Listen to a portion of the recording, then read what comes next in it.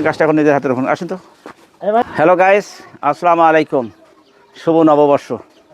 আজকে পয়লা বৈশাখে অনেক লোক আনন্দ বিনোদন থেকে শুরু করে পন্তা ভাত ইলিশ মাছ দিয়ে খাওয়া থেকে শুরু করে বিভিন্ন রকম নতুন কাপড় পরিধান করে বিভিন্নভাবে আনন্দ বিনোদন করতেছে, আজকে এই নববর্ষ দিন উদযাপন করতেছে। তো দর্শক, আমি কি করলাম, আমি এইরকম চিন্তা চেতনা বাদ দিয়ে আমি একটি 12 মাসি আমের চারা নিয়ে এসেছি একজন সুবিধাবঞ্চিত পরিবারে রোপণ করে দেওয়ার জন্য। আমি মনে করি এর মধ্যে একটি আনন্দ আছে। আমি বৃক্ষরোপণের মধ্য দিয়ে এই কার্যক্রমটা শুরু করেছি। আজকে পয়লা বৈশাখ, এই গাছের একদিন ফল হবে, এই গাছের ফল সে খাবে, আবার এখানে পাতা পাবে, ফলমূল পাবে, অনেক কাঠ পাবে, খড়ি পাবে, অনেক উপকারে আসবে এই গাছ থেকে। সেই বিশ্বাসে এই গাছটি আমি এই ভাইয়ের বাড়িতে আমি রোপণ করে দেবো নিজ হাতে। তা আমি আশা করি ফল তো আল্লাহ দেওয়া জিনিস, যদি হয় তো মানুষকে দিয়ে থেকে খাবেন, ঠিক আছে?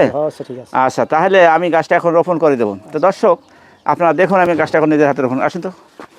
হ্যাঁ দর্শক, দেখুন এই গাছটি আমি দিলাম এই যে এই খামারের বাড়িতে রোপণ করি। তো আশা করি এই গাছের ফল হবে, একদিন সে ফল পাবে, উপকৃত হবে, একদিন এই ফল মানুষকে দিতে পারবে, এর অর্থের কিছু যোগানও দিতে পারে। সেই জায়গা থেকে এই কাজটি করলাম। তো দেখ, এই গাছটার প্রতি একটু যত্ন করবে না?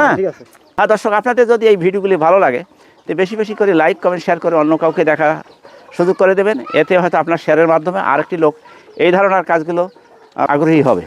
সেই জায়গা থেকে এই কাজগুলো করতেছি। তো দর্শক, আপনারা ভালো থাকুন, সুস্থ থাকুন, আল্লাহ হাফেজ।